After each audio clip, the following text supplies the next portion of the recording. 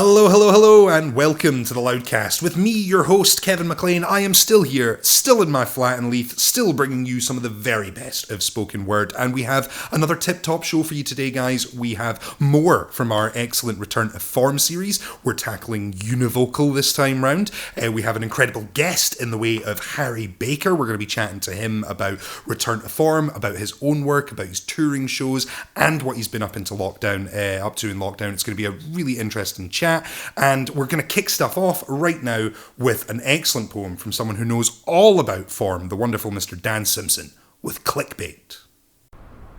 Yeah, you're good to go whenever you feel ready.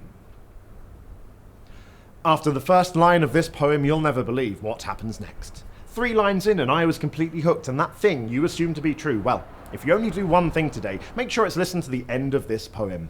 Only the most awesome people do this. This is one poem you shouldn't miss. After all, does this lead in question lead anywhere significant? Find out after the line break. You need to hear what this poem does next. This poem, written by a 5-year-old kid who is way wiser than most adults, because there's 26 things only people who hear this poem will understand. And if you thought it was clickbait, think again. I mean, what kind of poetry person are you? Listen to this poem to find out, or listen to this celebrity reading the poem, as the shocking truth hits home for one reason, and one reason only. Click me. Learn to write something like this in just 12 seconds. Meet the words behind some of the most successful poems of all time. The results are completely unexpected, as 9 weird things about poetry are explained by this one guy who makes a powerful point so eloquently it will somehow change the world, and you will cry or laugh or shrug before clicking on the next poem, which is all about Miley Cyrus. Let's talk about how this poem speaks to you and the way that little words can have huge impact. This is why most people don't get poetry. And the next time someone says to you pretty much anything about poetry, just link them to this poem, like it applies to every conversation, answers any question you ever had about anything. What kind of 90s feminist sandwich-filling Disney character are you? Listen to this poem to find out. I dare you to listen to this poem and not think, what? And usually you'd be right, but prepare to have your mind blown, because this poem has an important message that everyone should hear, and it will inspire you. It will inspire you. It will inspire you, or not. Just click it. That was Dan Simpson there. What an excellent writer, excellent performer, and all-round excellent chap. I thought it would be a good one to include for this episode, because we're talking about, form still. We're looking at univocals next up. And Harry, our guest on the show today, is someone who, does a lot of that, whether it's sort of alliteration or restricting himself in various ways. He also is used to working with music and things like that. So, we thought we would include a bit of the wonderful Dan Simpson to get us warmed up. And still, to carry on getting warmed up, we're going to be bringing you the next Return to Form video. This one is from Joe Gilbert and Courtney Stoddart, who are both doing univocals in E.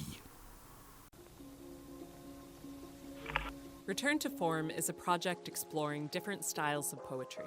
We pair up 2 poets, challenging them to use the same form and the same inspirational material to show how totally different pieces can be created from the same starting point. Univocal, poetry using only one vowel.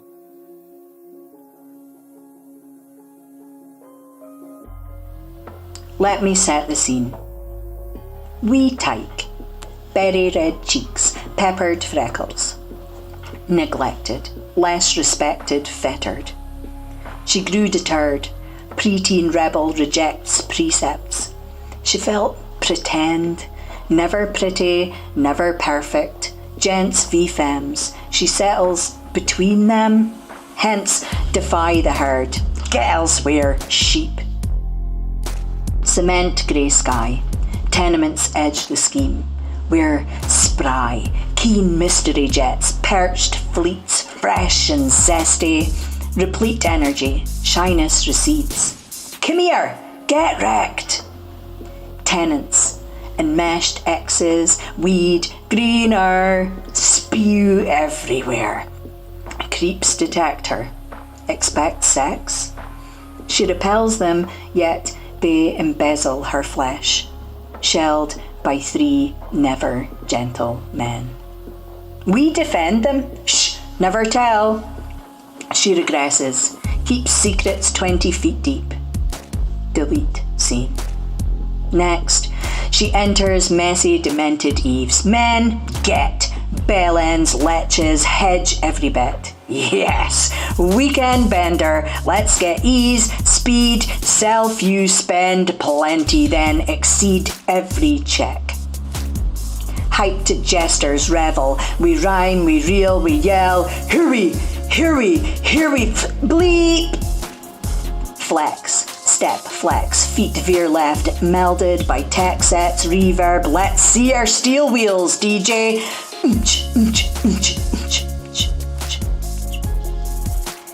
Nether the sheen, her etched pelt frets. Stretched extremes emerge, they're relentless. Entrenched endless access. Get sleep pellets, meds, mezzy. These severe cycles stem her reverses. Self-esteem lessens, depressed spells lengthen. Then she belts Led Zepp. The verve, mycam, screeches, vents her spleen, vehemence frenzy. She expels the event, knee-jerk beer sesh. Yes, these, them, neck the dregs. Feed her, render her legless, speechless, less. Delete her, she pled. Tense, terse, get the teenth, needle, meth, melted every sec. Delve the depths. Welter, swelter, restless legs, neglect, self. Fester, ebb, extended sentence. She wept her eyes desert dry. Her peeps steam. Get expert help. She flees the scene. Perseveres. Rests, reflects. Benches her meds. Defects the trenches. Petty resentments, neggy effects. Leeches, the serpent spectres. Feck dependence. She sets defenses, centers, gets better, pens verse, lets secrets fly. She'll never deny herself. She deserves respect, feels effervescent. She bested the system. Hell ended. She's redeemed. She's free. Scene ends.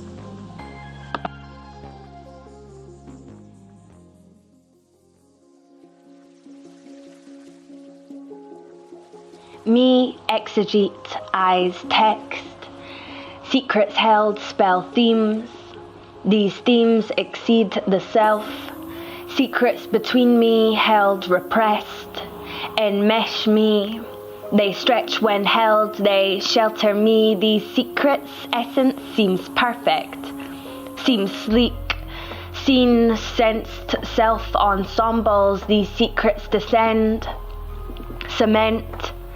Nestle between rejected depths, these secrets seek shepherd, they seek rest. These secrets repel, they stress. These secrets enter deepest dejectedness, resent eyes. These secrets defend themes.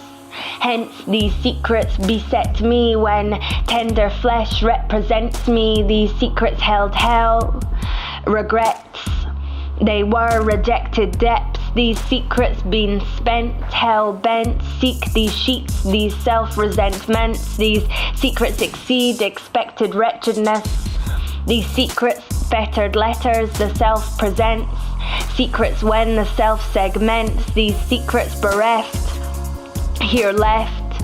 Everywhere these secrets weft. These secrets meet when chest repents. These secrets bleed, tempered vents. Bend when stretched, these secrets fester. Everywhere these secrets weft. Excrete, expelled, cheerless secrets wreak detest. These secrets felt they held self-ensembles well. Remember, secrets never tell. These secrets speechless, yet they sell resplendent scenes. Repress the perverse, the less serene. These secrets set demented precedents. Resemble these skewed settlements. Everywhere the self presents. The greed exceeds expected rent. Secret letters bleed when never sent. These secret sentences exempt themselves. Tender flesh tempts when we dwell. Then the flesh she sells her cells. Secrets flee wherever she swells. Secrets seek elsewhere they dwell, left we mere, we empty shells. Secrets weep when never tell, remember we never free lest these secrets be seen.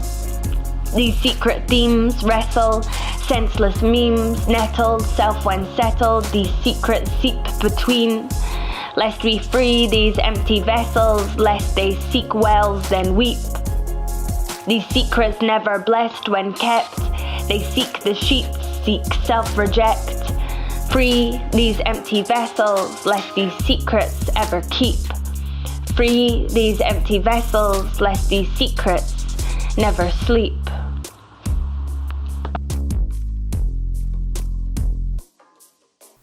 And that was Joe Gilbert and Courtney Stoddart there with some incredible univocal poems. I am so pleased with how Return to Form is going, and so pleased I didn't have to write my own univocal for it. It's much easier to pay other poets. This is a good system. But yes, we are going to be chatting about that video, about kind of poetry form and all that jazz, and so much more with our amazing guest this week. I'm so happy to have him on. He was one of the sort of first guests we had in ages ago when we were trying out the Loudcast and stuff. He's been someone that we've worked with for years at Fringies and all of that. When he's up in Scotland, we always try and get a chance to say hello. So yeah, it's great to have him. Please welcome to the show, Harry Baker. How's it going, Harry? Hello, I'm doing well, thank you. Very happy to be here / be where I've been for the last year. But look at you whilst I'm sat here. It's like it couldn't get any worse. How have you been, man? How's lockdown going? It's going okay. I mean, this particular lockdown, there was less stuff to cancel than the first, which is quite a depressing silver lining, but one nonetheless. So there was less admin involved in clearing my calendar, which it made me happier than it should have done. But otherwise, I mean, the main thing that's gone on this week is I got paid in salmon. Dude, that's my dream, to get paid in food. Which has actually gone very well. So... Is there a reason? Was it a salmon-based piece of work, or is it just Brexit's finally kicking in? I just think it's a more reliable currency than the British pound at the moment. I demanded it. I heard a lot about fishing with Brexit, and I thought that's what I want. No, I wrote a poem for someone. Did the fish taste happier because it was British now? Because that's Jacob Rees-Mogg's thing, right? I think so. I think it's happy probably British salmon. Yeah. No, I wrote a poem for someone who later revealed that they ran a smokehouse. And so, as a thank you, they sort of had some salmon for me, which is a great thing to reveal. I imagine if you bring it up too soon, you don't know if people are being nice to you because they're nice or for salmon-related reasons. So it felt like he'd held back this card, and I passed some kind of test. And it's like winning the lottery, isn't it? You exactly. want to make sure you know who your friends are before you reveal your salmon hoard. Exactly. So I've revealed it to you because I've known you before. In the before times. Yeah, you can trust me with your salmon, Harry. It's Thank all good. Thank you. I've always thought that. Well, that's nice that you're finding ways to stay fed during lockdown. That's a positive outlook. Yep. Hopefully we get back to a more currency based system. That'd be nice. Sure. So while we're here, before we carry on with what you've been into, what you've been up to during lockdown, keeping yourself busy with, I'm sure it is equally strange as your salmon related goodness. I wanted to pick your brain, and I'm really excited. I was so pleased that we kind of had you lined up for a guest while we're doing our Return to Form series, because I thought there was very few people who inflict, kind of like, I now can't think of any words, Harry, who kind of inflict restrictions, that's it, on their own writing as much as you do. Yes. So what did you think of the Return to Form video? Well, I like the use of the word inflict there. I thought you were going to say people who inflict form poetry on their audiences. I loved it, and specifically now, so just before Christmas, I was going to be doing an exhibition with my brother, who's a graphic designer, and the kind of common ground we found was looking at creative constraints, or how restrictions can push you to bring new work that you otherwise wouldn't have done so. And so one of the things was me starting to attempt a univocal poem, and so kind of looking into it. And so I was so pleased when this came up, and also so pleased that I really love both of these poems, because I think, when you commit to a form like that, it can go one of two ways. But I could absolutely appreciate both the thought process gone into it and also the end product. And I think it's such a great example of what feels initially really frustrating and restricting can then later be quite freeing, I think, because you know there's this small world you're allowed to operate within, and so you can absolutely push it to the end of each of the boundaries of that world. So yeah, love a univocal poem and really love these.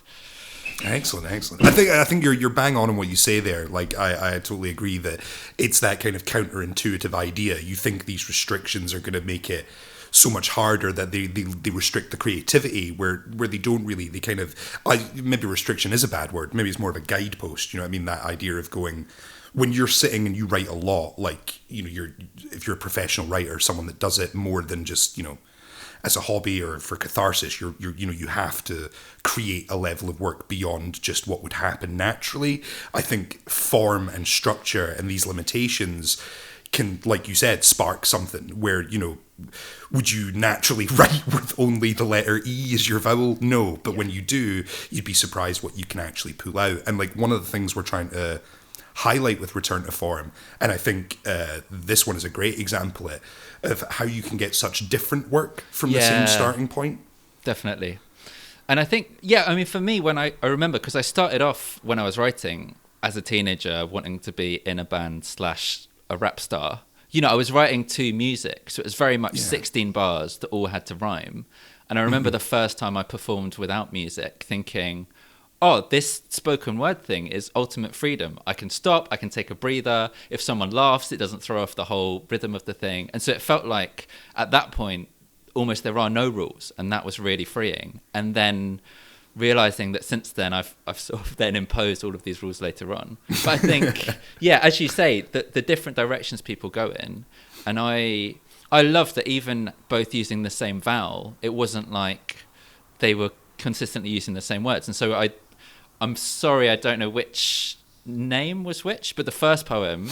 That's Joe Gilbert, yeah. Okay, so Joe Gilbert's poem reminded me of my attempts to do it, because I think one of my favourite things about imposing rules is then immediately trying to bend them as much as you can. And so, using an n instead of an and, or the because you can use onomatopoeias. And also the joy of having a dialect that involves feck is just, that feels like a secret weapon that I'm not allowed to use.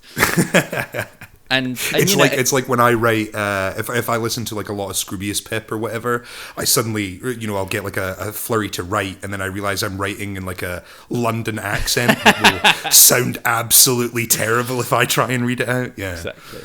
So I thought that was brilliant, but also one of the joys I found, which was a similar thing here, there was a part when she listed different bands, like Led Zepp and these things, and almost that joy of within this finding this kind of inner category. And I remember I was trying to do a univocal using the letter I, and just like imagined all of this party food of like fizzy drinks, pick and mix, pink biscuity thing. Oh, I couldn't say biscuit, but that kind of thing. And you realize that once you find a little category, there's a real joy of pushing it as far as you can go. And it reminds me of sort of with friends when you're sort of telling puns, there's a moment when it gets really bad and then it gets really good again. And actually by committing to the extreme, there's a joy of how far can I push this? Absolutely. I think as well, like I think especially when we specifically kind of commissioned people who wrote more freestyle, right? Like spoken word artists who kind of swung into that. Not exclusively. A lot of the people involved in the project did use, form from time to time or as their main thing. But like especially someone like Courtney, I think is much more kind of freestyle in what she does, like free form. Not freestyle, that's a very different thing. But free form in what she does. And so when you kind of bring in that limitation, I think it's interesting that we pay so much attention to what we do say, whereas when you look at other art forms, like I work a lot in film, and so when you look at film, like one of the big questions is what aren't you showing, what aren't you putting on the screen, and how much of the story that can then tell. And like you can see it in basic ways, like when you bring up Jo, she implies the word fuck but cuts herself off or whatever. Like it's what you can say with the people know where you're going. Like, vocabulary works. People understand the vocabulary and they expect certain lines, especially when you're using rhyme and rhythm. They expect the next beat. Yeah. And you can subvert that for either like shock value or for a laugh or for whatever you're doing. And I think actually having those limitations encourages you, like you said, to think round the problem. And okay, if I can't say that word, what can I imply here that is going to put that image in people's heads? Which I think is something we probably, we're spoken word poets, so we put a lot of attention on what we actually say, but the pause is just as important. I think that's really interesting. So like you were saying, you with the univocal, I did notice there, Harry, you said I tried to write a univocal. Did it not? Did you not finish up? Well, it's a tragic lockdown tale. So this this exhibition I was going to do with my brother, so he did the illustrations for my book. So we've done stuff together loads, but it felt like it's always been me bringing a poem to him and saying, can you make it look nice, kind of thing. And so I wanted to explore a more collaborative creative effort of actually, yes, doing some of that, but also him having a more design-based idea, and could I then create words around that or be inspired both ways. So it's kind of this idea, and whilst we couldn't do gigs, it felt exciting that we could put on something in an art gallery, which is another space for poetry to exist that I wasn't used to, having it on a wall rather than saying it in people's faces. And then sure enough, a week before that was going to happen in November, another lockdown happened. So the exhibition still hasn't happened, which means the only thing that makes poetry get written, which is a deadline, has been taken away.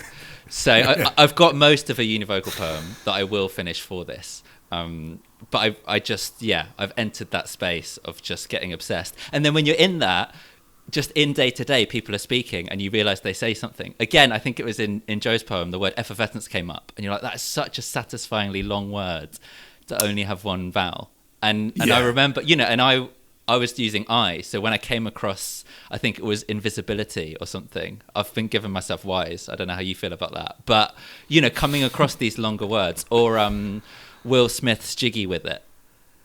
And just finding it so satisfying. When of course, your brain goes to Jiggy with it, Harry. That's there's longer. But then I was trying to sing along the na na na na na na bit, and I was like, "Can I change it to ni ni ni ni ni ni?" And so, and then it felt like I created this other game of like a weird karaoke version of how many songs can I do only using a vowel. But that's so many levels beyond what the intention was when you start writing the poem. But it kind of takes you in that direction. I mean, I did love Courtney's as well because it felt like it had that repetition and that idea of having a limited vocabulary, but suddenly you can reuse things and reframe them and that kind of thing. And also, I think one of the joys of a univocal that I hadn't appreciated is because it's all the same vowel sounds, there's so much unintentional rhyme and rhythm to it because there's only so many sounds you can make with an E. So there's a lot of rhyming in there, that whether or not you'd intended it, it has its own rhythm and carries it. And because there's so much you can't say, you then have to lean into that or not. So, I mean, from listening to univocals, I think the first univocal I ever heard was Dan Simpson doing the one about his dad being a cab driver. Yes. And I think anyone I've heard since there is true, like just limiting that vowel, so much of English revolves around the vowel sounds that it just creates, like you said, that kind of sound assonance where even words that are, massively different in terms of syllable count or hard consonants and things like that, the internal vowel sounds make them feel much more connected. Like I think when you get someone like Courtney who is so rhythmic, I felt in her piece you could really feel, because they did that, they obviously sent their pieces through without music, so that was their recording and we've paired music with it. And there's something to doing that with poets where you drop a track in and their bar kind of perfectly fits it. And if you go, well, that is someone who has a very innate sense of their internal rhythm and timing. And I love doing that where you can see how structured someone's is, even though it doesn't sound like that. But when you drop it, the music on top of it, it pairs really nicely. What do you think about, because like I said, I know you were saying there about kind of doing, you're someone whose poetry has been paired with music a lot. Your poetry is often paired with images and things like that.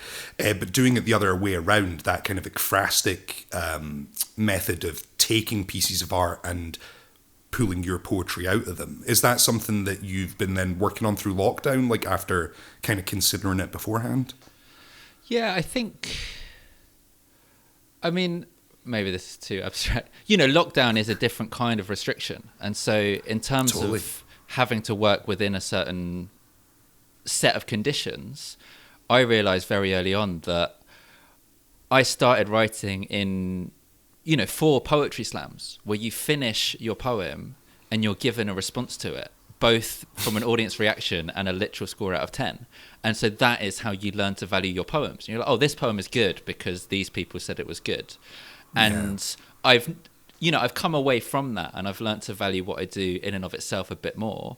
But also I realized with the things I was writing during lockdown, for me, previously, a poem has never felt finished until I've shared it with an audience and it's felt right.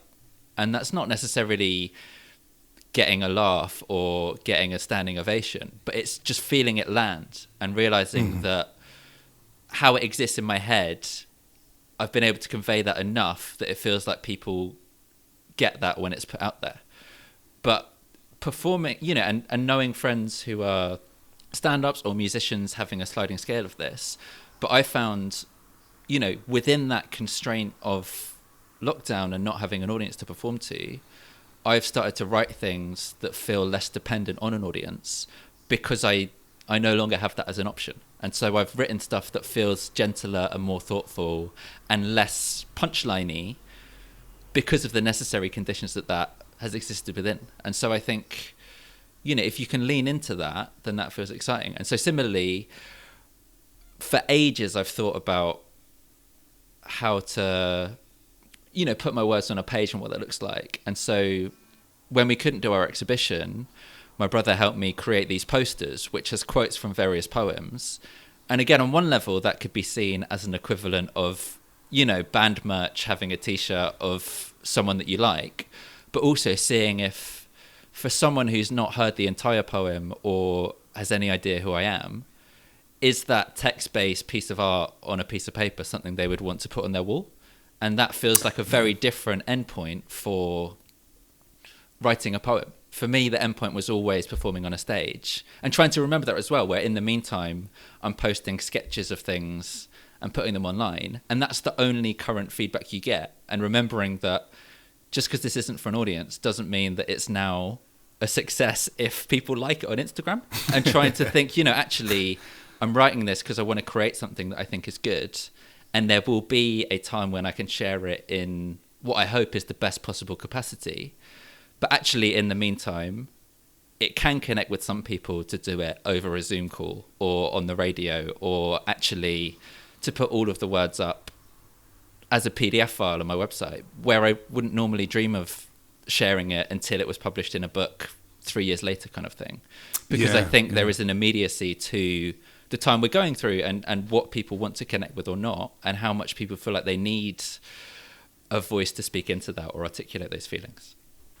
I think that's it's so insightful, that idea of, and it's something I've kind of, you know, talked bits and pieces about on this show, that idea that there is purpose to writing beyond for yourself when you kind of reach a certain point. We were talking about it a bit there, and it's about understanding the purpose of the piece you're making, whatever that is, whether it's a piece of film, a piece of, writing, a piece of, visual art, whatever it is, of like, what are you trying to say with it and who are you trying to reach with it becomes very important. And I think especially in lockdown, because there's, especially with how long it's gone on, there was an initial reaction of everyone trying to just kind of continue to put out stuff to fill the gaps that were suddenly missing.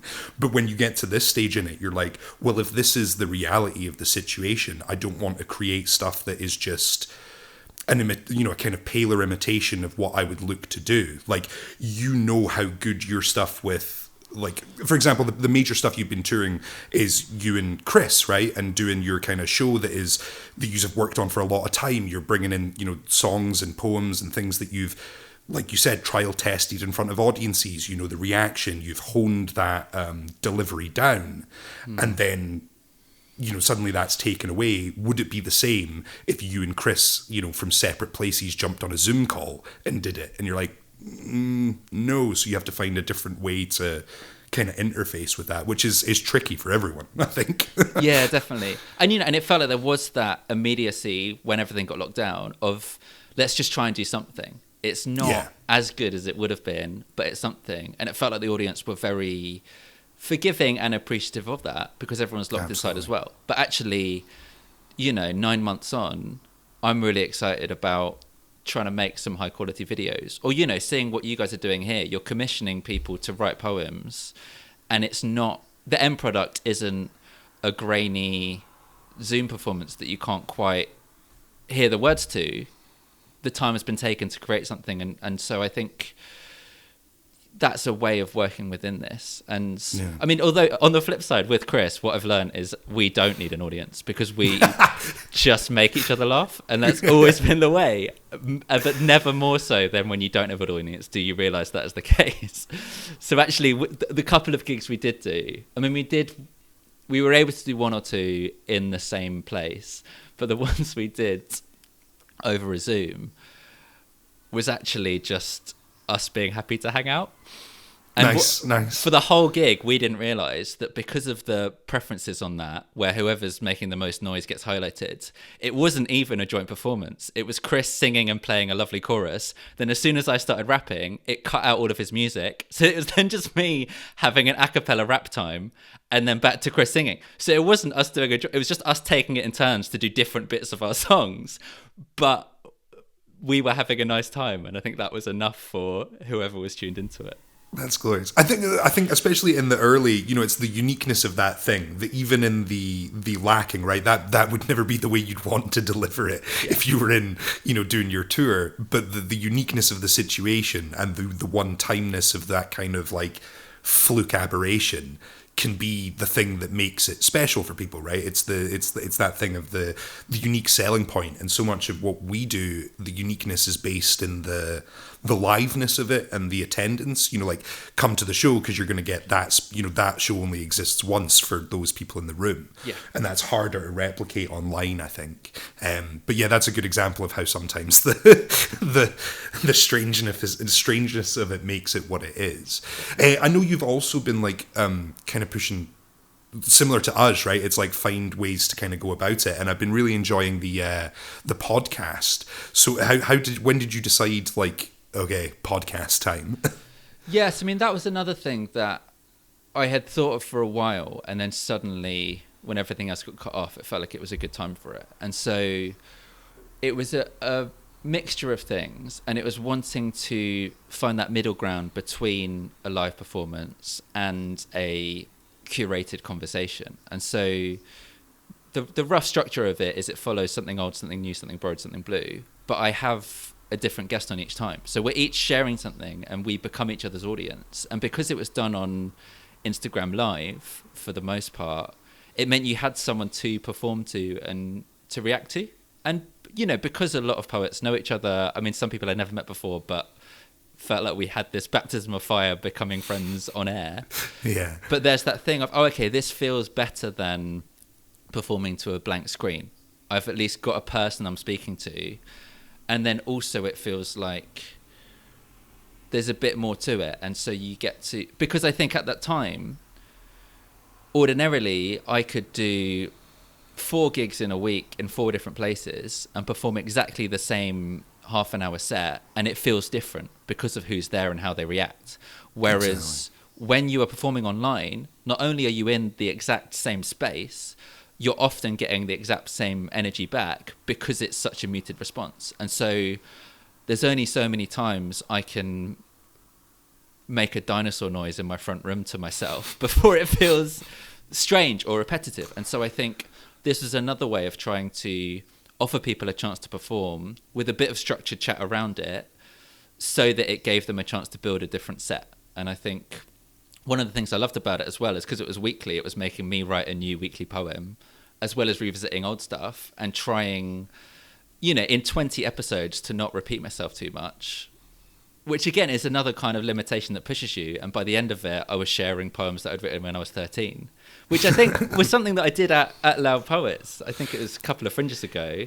We often make people do terrible things. Yeah, you had to open up with an old poem, but there's that inner choice of, do I pick an old poem that is not good, or do I pretend that, oh, this is an older poem that is still something I'm a bit proud of because it's the first good thing I wrote? And so it's given people an opportunity to engage with it how they want, I think. And I think that's the thing. I mean, I know when I'm glad you bring that up, because a lot of what we do, you look at like Return to Form, and we put those restrictions on people, and it can be initially, kind of intimidating if that's not the way you write, or like, people come to do our show at the Fringe, and a lot of shows would just be like, cool, you get 10 minutes, go do your thing. Whereas we're like, no, here are all the special rounds and rules and odd structures to what we do. But like, I think when you're used to doing that, like it's the same as what you're doing with the podcast, right? You're just having a chat and doing some poems with another poet. But like, if you structure it around a kind of interesting idea that allows for different interpretation from different people, then those are the bits that are going to make it interesting, right? Like exactly what you said about when we did that show. The first round was supposed to be everyone has to do the first poem they wrote. And we weren't like, screaming at people. It literally has to be, because there's a huge amount of joy as a host of coming on after someone who has went, well, this is the first one I ever won a slam with, and coming out and being like, not the rules, and the reaction from the audience and stuff then builds a vibe around that particular show. And that's very much where you are selling, well, you could come back tomorrow night, it'll be a different bunch of poets and a whole different, vibe. And so it's the same thing of like with a podcast, how do you continue to shake and spice that up? And I thought the structure you used was excellent. Like that kind of, it's something everyone knows, right? Old, new, borrowed blue, like is just so, bang on. How did you find writing all the poetry for it? That must have been a nightmare. Well, no, again, it became very freeing because I would say last few years I've written 2 or 3 poems I'm happy with, and they'll stand the test of time, I hope. So that's not a failure in my mind. It takes ages to write a poem I'm happy with. But then this last year I was writing a poem a week, and it became a sense of, oh, this doesn't have to be a 4-minute epic with a beginning, middle and an end and a different semantic field I'm occupying. It can be a poem about how I bought a new toilet seat this week. And, so you focus in on those small things, and you have to trust yourself and sort of bypass the lengthy, angsty editing process. And again, some of those poems never made it beyond that week, but some grew into bigger things. And some, actually, week on week, you could see the progression from, this is just a throwaway thing I'm doing under the broad abstract sense of something blue, and 2 weeks later it is a poem that I'm really happy with. And so I think it was again that thing of, for the first time, because I wasn't gigging and performing, there wasn't a sense of this poem needs to be stage ready before I can share it with anyone. It's given permission. And I think again I enjoyed that with other poets, because there's a section called Something New where they could share something that maybe wasn't finished, or that didn't have to be as polished as otherwise. And so, I mean, having said that, I'm putting off doing the second series because I'm scared of getting back into that space. But I really loved it when I was in it. And similarly, having something borrowed pushed me to find 20 poems that I liked from other people over the course of 6 months. And that was such a brilliant thing to be able to do. And hearing other people bring things that have influenced them, you then later get to see that in their work. And that just felt like an exciting development.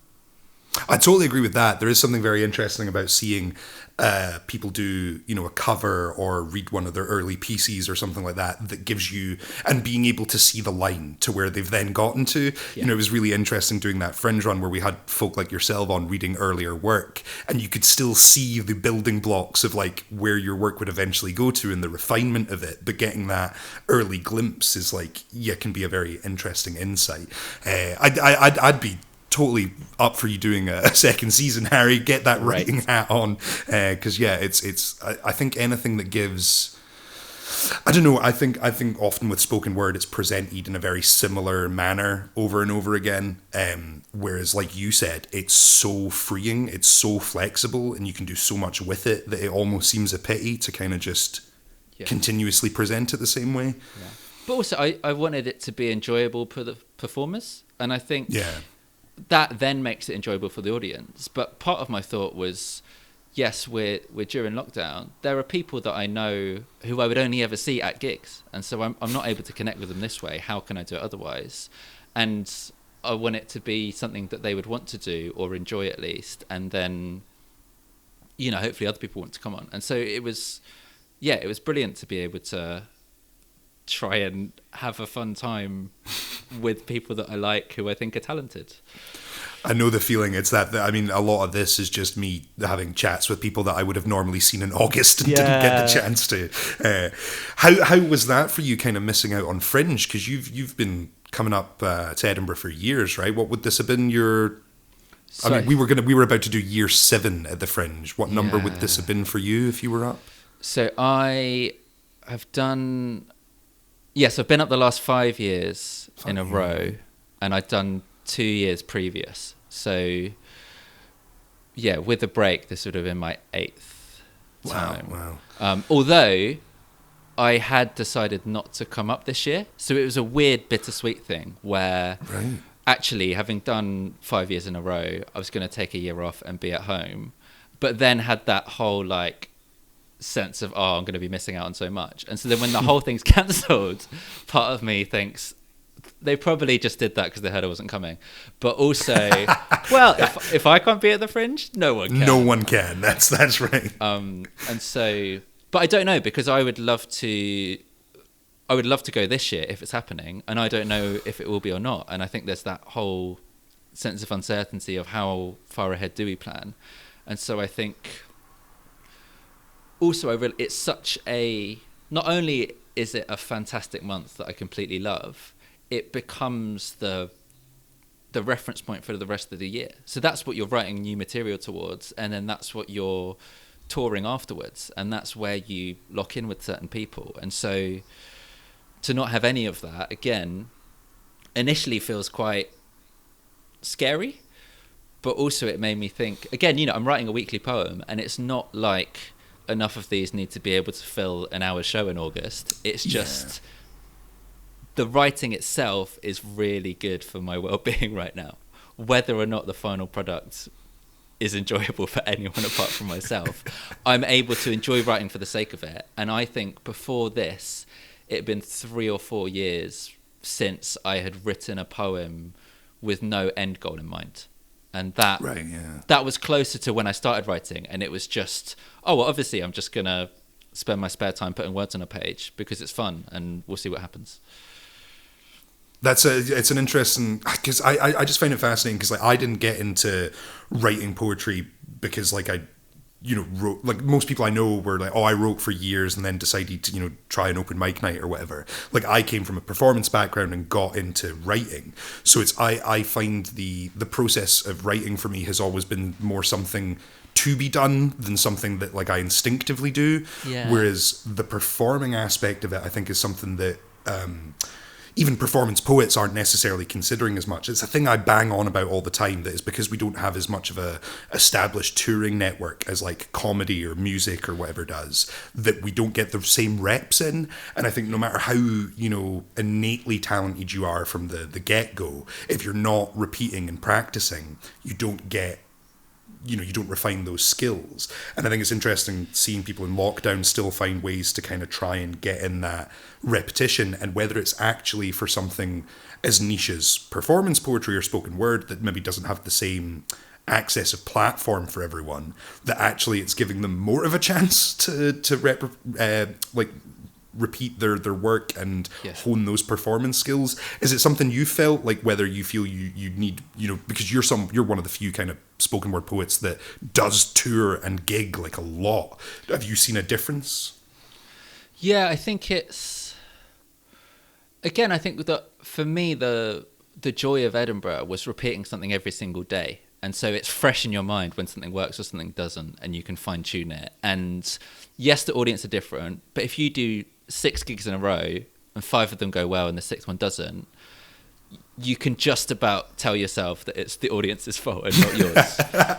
Whereas I think here the performances are so different that actually it may just be that your internet connection went down at a certain point and so a line didn't quite land, or it may be that for whatever reason, you're doing a show and it's captioned, and that makes a huge difference, or the lighting's off, or you've got something in the background that's distracting people. And so I think, again, it made me think about, there are so many things that are not within my control, that all I can do is try and write something really good and share it in the best way possible, which is a similar process to performing on a stage. But there are moments when I am on stage and I can tell that the audience are with me.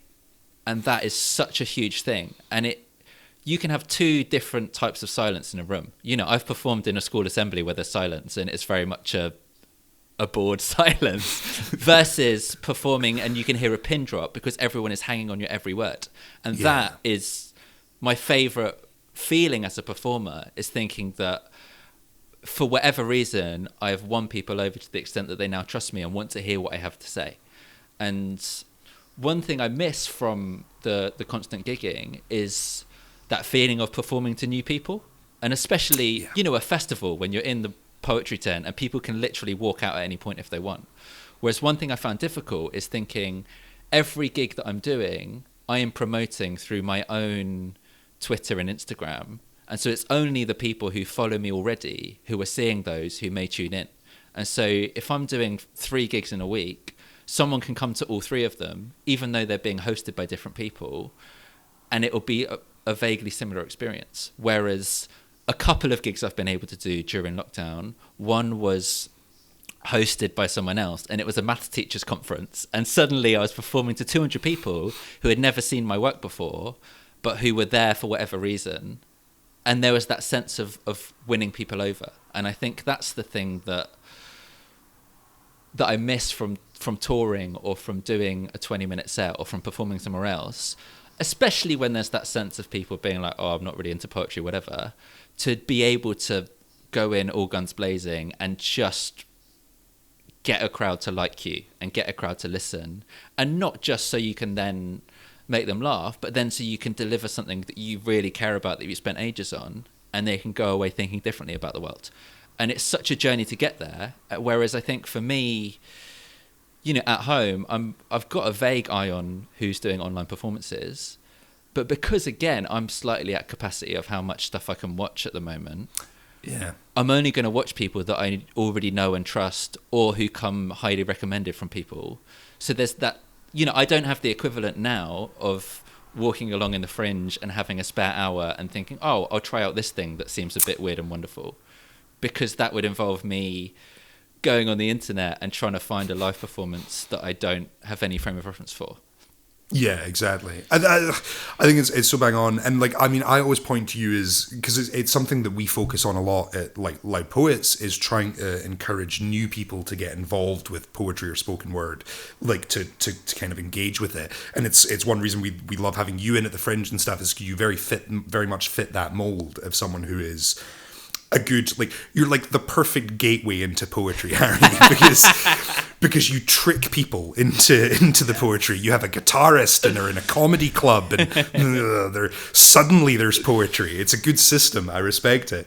Is that something that's like conscious behind your work, of when you're putting, you know, obviously different from maybe in lockdown where you are back to kind of writing for, you know, your own sake, but when you're putting together, you know, your show with Chris or whatever that you know is going to be predominantly in, you know, comedy venues and is going to attract more of a kind of mainstream audience, is that something that's conscious then in the writing?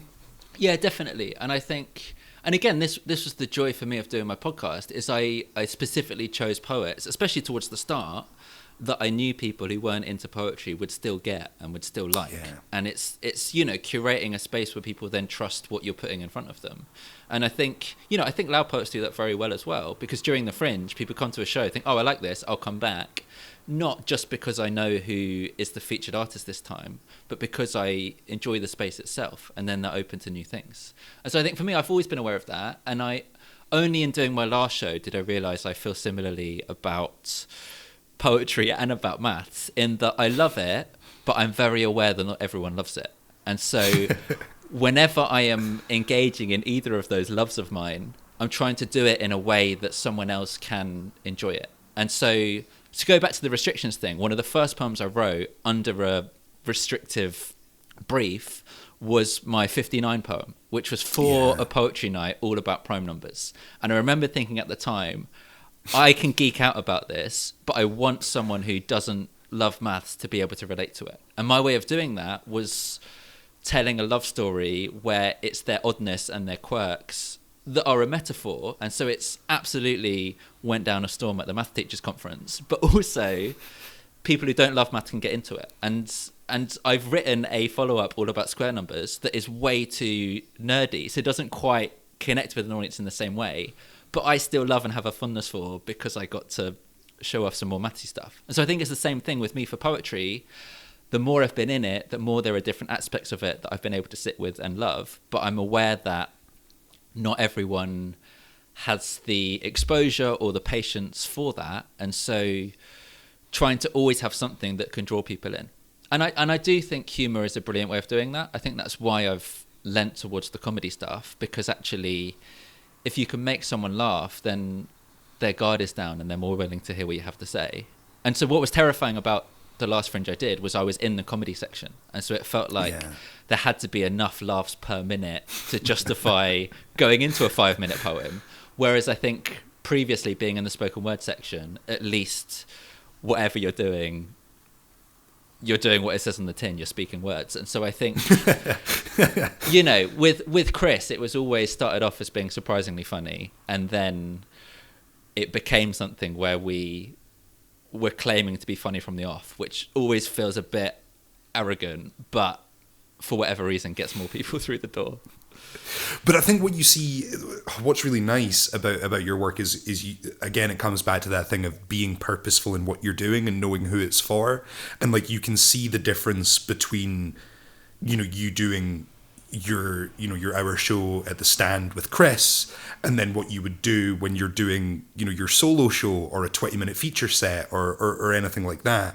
And I think what's really nice and a testament to your work, and you can see that you have found that balance, is that people who are specifically fans of yours and not necessarily poetry fans go with both types that you do. You know what I mean? They'll love and see you playing with Chris, and they're not like, no music, or, you know, they'll see you doing it without Chris and be like, oh, you know, sad poem or whatever, but it's still okay because they get the style. I think it's a real testament to being able to like cross that audience. Must be tricky to weigh up.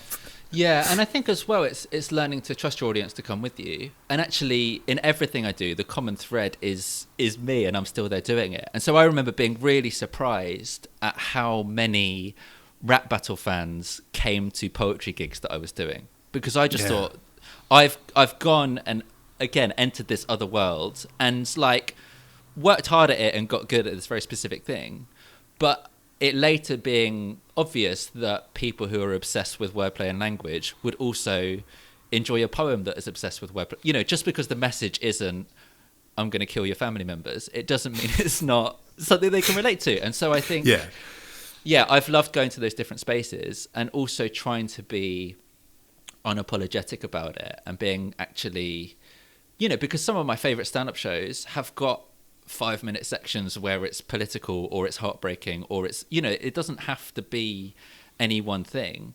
But I think especially when you look at current trends, like I remember seeing when Bo Burnham make you happy or make happy, I can't remember the name of it now, but his most recent special came out and it blew my mind, and I was like, this is just such a departure from what, you know, you would classify stand-up comedy as, where, you know, there's bits where he sits and reads poetry in it, there's bits where he's, you know, just kind of like speaking, which seems like off the cuff kind of narrative or whatever, and it's just a very like blurred show where it isn't that concentration on, you know, laugh beat, and I think it's it shows, you know, words like sophistication are bad, but like the sort of, people have gotten used to the vocabulary of these things, you know, that exists where you can push the boundaries of what you're doing more and worry less about what specific category you fit into. Like, are you a rapper or a musician or a poet or a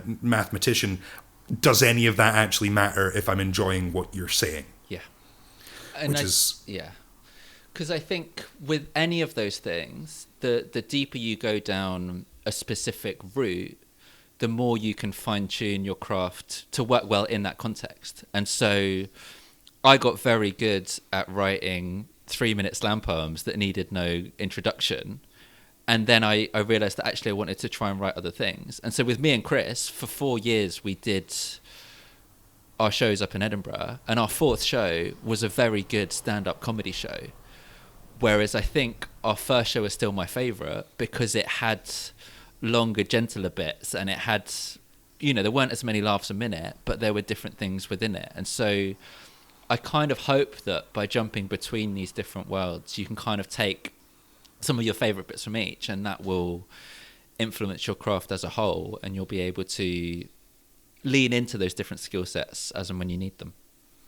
Absolutely. I think it's clear as well that, even from what you're saying about during lockdown, still finding those gigs and still watching folk and stuff, you are clearly someone that pays a lot of attention to other input, right? Like, you clearly take on board a lot, and I think that's important. Like, you need to broaden your horizons of what you watch, even if it's not your particular style or what you would 100% choose to do all of the time, so that you're capable of it when and if you need to.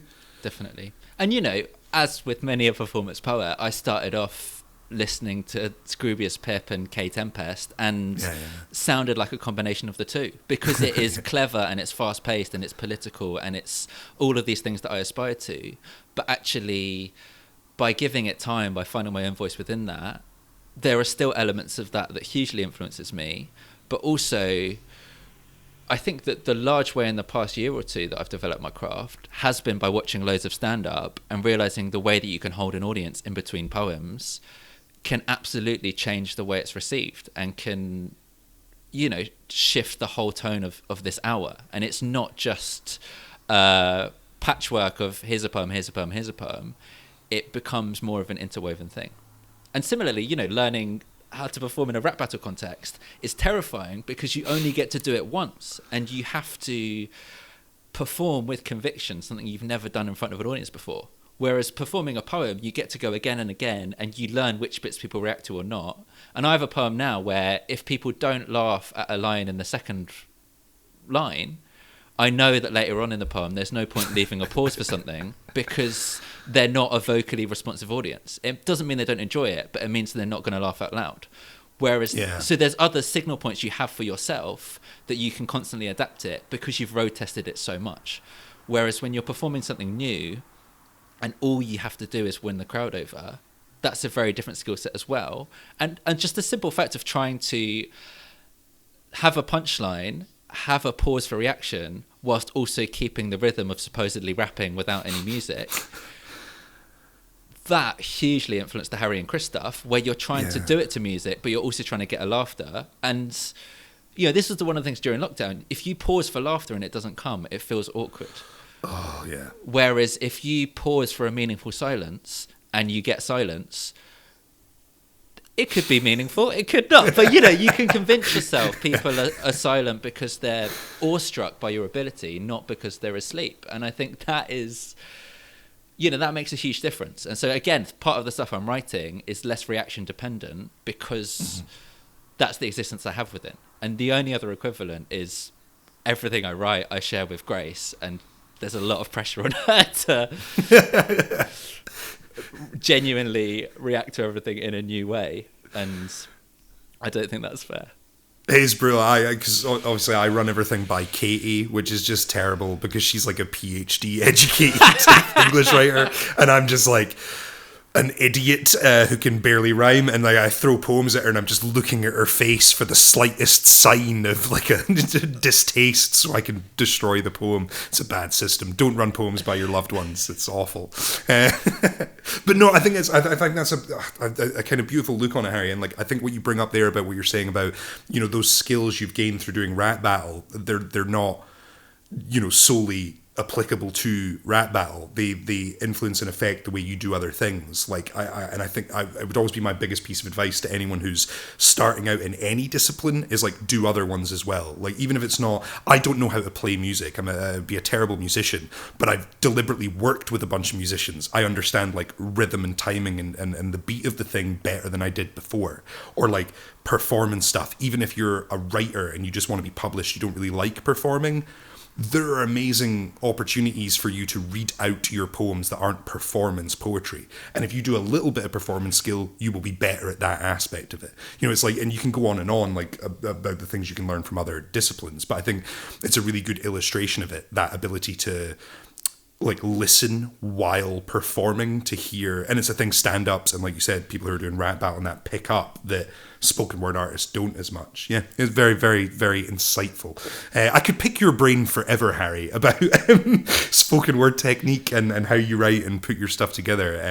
It's fascinating stuff, but I think we will save some of it for the Loudcast Extra. I'm going to convince Harry to get into wrestling, because that's what this show is about now. But until then, are you up for giving us a wee poem to round off the show? Yes, I would love to. So rather than give you an unfinished univocal poem that's not as good as the ones we had at the start, I am going to share a newer poem. And yeah, I guess some of the stuff we've talked about already. It's called Unashamed. And after weeks of self-imposed restrictions or whatever, and writing about very specific things, this felt more akin to when I started writing. And it was just written kind of for a friend, but also for myself, and it's more sprawling, spoken wordy, I guess, but has a lot of that internal rhythm and rhyme in it. And it goes like this: it's not your job to make others feel more comfortable. You need not dull your glow in the hope they might see. You need not water down your core to be more palatable. May you be the you that you need you to be, unashamed. We cannot help how others see us, though we may well try our hardest. How we see ourselves can free ourselves to be ourselves regardless. Home is where you can be open-hearted. Whether trapped or trapeze artist, all comes down to how we're harnessed. I'm trying to free my roots. Like playing past the parcel packed with parsnips when the music stops and no one's watching. Will you keep on dancing? Let us decorate and garnish any reputations tarnished, because despite it all, I still fancy our chances. Let us not file away our edges in an effort to be smooth. When the record show, the dents are how we get into the groove. Or that energy invested in the editing of you, I hope one day you'll let it loose and let me be there when you do. Because in the moment when your guard slipped for a second or two, I could have sworn I caught a glimpse and I saw heaven in you. Unashamed. The only time I'll care if you've lost weight is shedding expectations. Unless you're Senator or Garner, there's no point adopting layers when the heart of you's the part of you that's blazing. And others may have tried to hide your light. You may have joined in this yourself, but joy of joys, the joy of joy is it cannot be overwhelmed. You could be static, or your static could cause lightning storms. Whether it's iron or it's lion's ore, your core contains all types of raw. That friction that you feel is an igniting force. So light that torch. If we can't see it in ourselves, then what is brightness for? We do those closest to us a disservice if we only ever let them see the small of us. If we can open up enough to let them get beneath the surface, there's so much more to love if we can show them all of us. The flaws in us, the force of us, the full-on awe of us, the rise and fall of us, the wise and fool in us, yes, all of us, the slightly awkward us.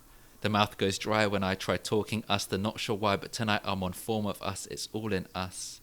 The times that others thought of us, the times they fought for us, because if anyone's worth fighting for, of course it's us, it's always us. That morning that seems dawning till it dawns on us that there are parts adored in us more than just what's adorning us. So call it what you want, there's something calling us, and I have caught enough of new to know that you're enough. So any boxes they may try and stop you with, instead of building up a fort, let's make a rocket ship. Treat them as photos, not negatives, developed into positives, but nothing more than simply a snapshot of things. Because all the best bits of your story are still yet to be unfurled. You are the caterpillar that becomes the butterfly that flaps its wings to cause an earthquake halfway around the world. You are amazing. And if they try to rain on your parade, let it remind you how much fun it is to party while it's raining. May you take up space and stay there, unashamed. Wow, Harry, that's ace. What a piece. That's beautiful stuff. It's immediately put in my head. I don't know if it's just because it's January, so it's Burns Night coming up, but it's just immediately that line of like Burns, O wad the poor, the gift to gie is to see ourselves as others see us. That sort of idea of like you never kind of see the full of yourself. That's stunning piece. I love the sound assonance and stuff in there. That's amazing stuff. Is that one during lockdown? You said? Yes, so that's a newer one, and that's and it was interesting because going back to looking at old poems, I've written on that theme in various forms again and again and again, and that's one of the core things of why I write and what I write about is wanting to realize that potential in who you are and that kind of thing. And so it was just interesting that once the dust had settled of writing to purely stop myself reading the news, that was what what came to the surface and what felt important and what I wanted to share, even if it couldn't be done face to face for the foreseeable time future. Well, a beautiful piece. Thank you so much for sharing it. Your salmon is in the post, Harry. Yes. Much appreciated. Where can people find more of your work, Harry? Where can they check you out? So at Harry Baker Poet on Twitter or Instagram. And also my website is just harrybaker.co, and that links to both the podcast and these new posters that I've made, and also some rap battle videos or TED Talks, whatever floats your boat. All the good stuff. Awesome. I will put links down below so you can go and check out all of Harry's awesome work. Please do. He's an amazing, talented dude. We love having him on the show. Thank you so much for coming to have a chat with us, Harry. I know you're going to stick a little bit about a little bit for the Loudcast Extra. We're going to have a wee chat there. I'm going to see if you get as many mislabeled email address because you have a .co address as we do. Yeah. But if you want to catch up on some of mine and Harry's admin chat, jump over to the Patreon and you can get access to the Loudcast Extra. Guys, thank you so much for watching. Please remember to hit like and subscribe and all that jazz, and we will see you again. Harry, say goodbye. Bye. Thank you so much for watching this video. If you enjoyed it, we'd appreciate it if you could hit the like button, if you could hit the subscribe button, and make sure to ring that bell icon so you don't miss any updates from us in the future. If you want to go that extra mile and support us a little further, we do have a Patreon channel with loads of exclusive goodies, and you can sign up for as little as $1 a month. We appreciate your help, guys, and hopefully we'll see you again soon.